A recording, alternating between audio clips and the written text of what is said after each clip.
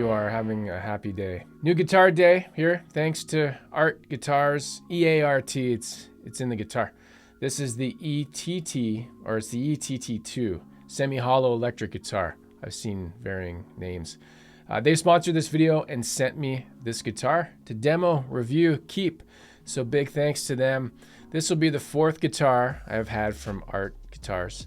So I have some expectations, and number one is the frets and the fretwork have always been tops, like top notch, supreme.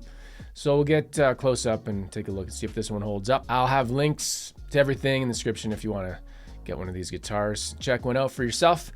What do we have here? Let's we've got Failure to Communicate. Wasn't that on that was on a GNR album?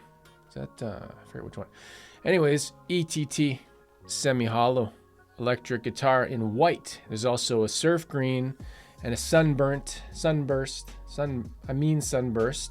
Actually, sunburnt would be a cool Finnish name. Copyright Landon Bailey. Thank you. What do we got? Let's check out all the specs, then we'll hear it. And some really interesting specs. Premium stuff on a really lower priced guitar. And I mean, everything's, you know, relative. Last I looked, it was $399 US on their official site, and they also sell it on Amazon. And I'll say it again, it looks like a Sir guitar for much, much less. Okay, top to bottom, 25.5-inch scale length, bone nut, roasted maple neck with satin finish, rosewood fingerboard. This is a cool spec. 9.5-inch to 14-inch compound radius, 22 jumbo stainless steel frets. That's right, I said stainless steel. Dual action wheel truss rod at the base of the neck. Compound neck profile goes from a U to a C shape. You see it? Roasted mahogany body and a mahogany top. And it's got the thin line stuff going on. It means it's semi-hollow. 2 humbuckers, 3-way switch, 500K pots. Okay, let's open it up and grab some more detailed specs, and then we'll hear it.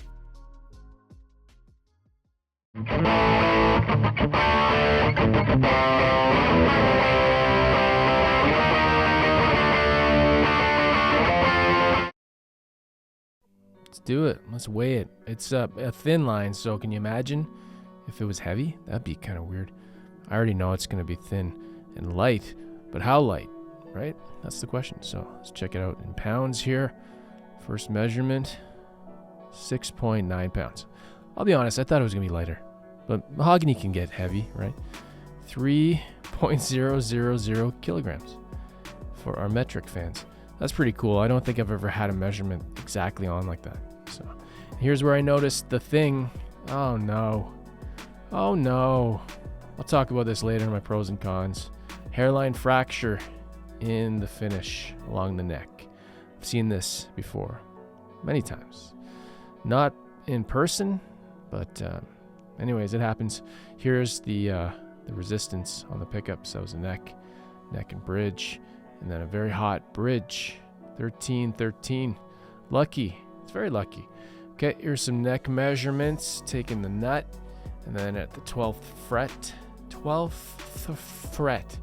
and then some thickness. See, it gets thicker down. You move along down to the bottom. Goes from a U to a C, and here's the body thickness, 1.7. That's pretty much a Fender standard. And let's take it out, the pickguard out, screws out, pickguard out. Take a look. Inside, under the hood, nice and clean, routed out. It's routed for pick. It's routed for humbuckers. Who knew?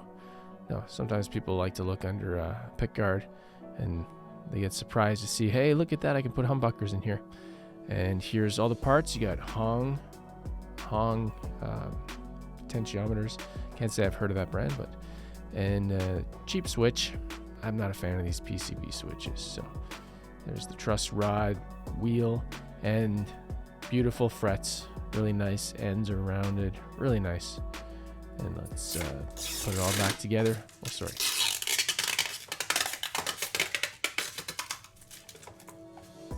I'll work on the rest of that later. You can just go back to sleep. Okay, good night. This is the amplifier I'm playing for all the tones you're about to hear.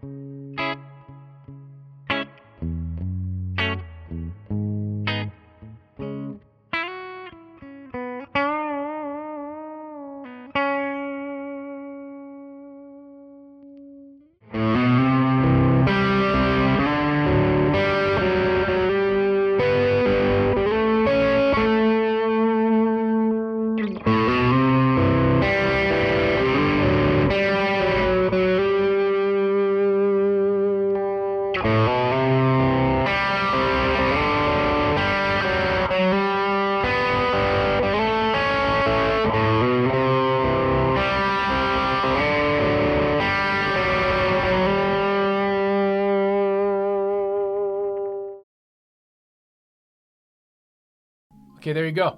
You saw it, you met it. Leave a comment, let me know what you think based on what you've seen. Obviously you can't feel it in your hand. Oh, it's super light. Did you like that weight? That's ideal for me. I'll tell you what I think. Pros and cons. Great setup. Action is great. Doesn't fret out up high. Frets are amazing, as usual. Really clean, slippery for bends, like crazy slippery. Looks really nice, I think. Clean overall. I mean, it's not full of dust and dirt, like the strings aren't dirty. That happens a lot. Super lightweight, like I mentioned. Being semi-hollow, not a surprise. The nice satin neck feels great. Pickups sound good. Tuners are good and smooth. And from what I played, tuning stability was fine. But the way I play. Now, this is interesting. I didn't notice this right away. The biggest flaw, really unfortunate, it's got a hairline crack right along the neck here. And I'll do a lot of close-ups on the neck pocket. And these things happen. I've seen it before. Sometimes in shipping, sometimes when the neck is bolted on. Michael Bolton got him again. And who knows in this case? And I was like, how did I miss that? So I went back and I looked at the unboxing footage. And it's really hard to see because I got these bright white lights shining on white. And I did manage to see it if I grab one little frame and then I change the attributes on the image and I grain it and change the stuff, things. I'm not a technician when it comes to photoshopping.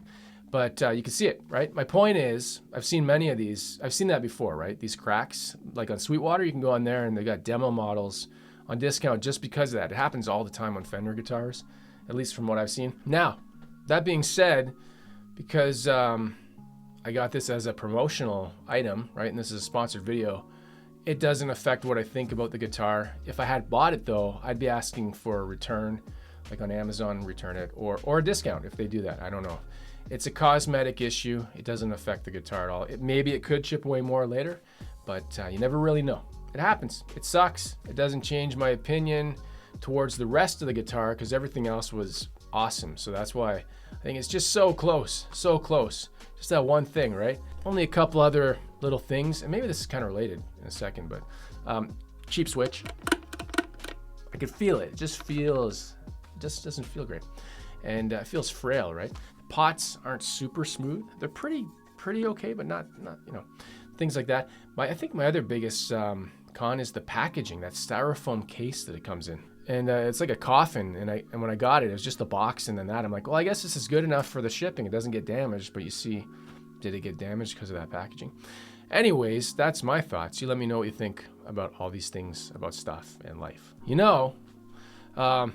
Overall, good guitar. I still recommend it even with the hairline crack because that stuff, I've probably said 8 times it happens. If you did like the video, you can always give me a like and subscribe to my channel if you haven't already done that. And my goal this year is to get to 100,000 subscribers. So help me get to 100,000 subscribers. And that's all I can ask. That's my thoughts. What are your thoughts? As always, play guitar and have fun. Beatrice, what are your thoughts about it all?